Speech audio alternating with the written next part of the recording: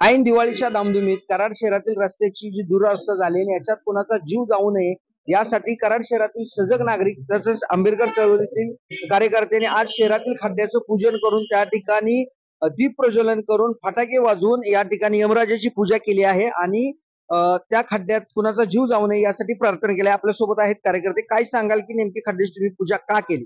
प्रथमतः मी कराड नगर परिषद निषेध व्यक्त करतो.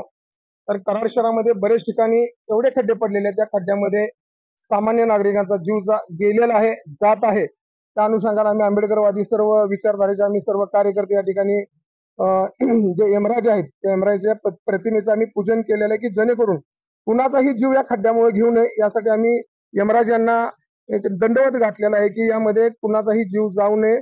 कारण की पूर्णपणे कराड शहरामध्ये अगदी कमरे एवढे गुडघ्या एवढे नव्हे तर अगदी घोटभर एवढे एवढे असे खड्डे या ठिकाणी पडलेले आहेत. तर ते खड्ड्यामुळे कुणाचाही नाहक जीव जाऊ नये या अपेक्षेने आज आम्ही या ठिकाणी भर दिवाळीच्या दरम्यान ज्या पद्धतीने आपण घरदार सगळं स्वच्छ करून पूजन करतो तसं आम्ही कराड शहरामध्ये आमच्या सामान्य नागरिकांचा जीव जाऊ नये या अनुषंगाने आम्ही यमराजांची पूजा केलेली आहे. ऐन सणासुदीच्या काळात कुठल्याही नागरिकाचा जीव जाऊ नये यासाठी हे पूजन केलं असून प्रशासनाचा निषेध केला असल्याची प्रतिक्रिया या ठिकाणी कार्यकर्त्यांनी दिली.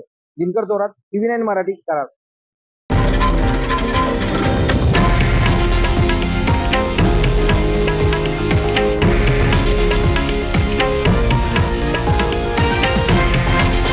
हे आहे देशातील नंबर 1 न्यूज नेटवर्क आणि आपण पाहत आहात TV9 मराठी, एकमेव.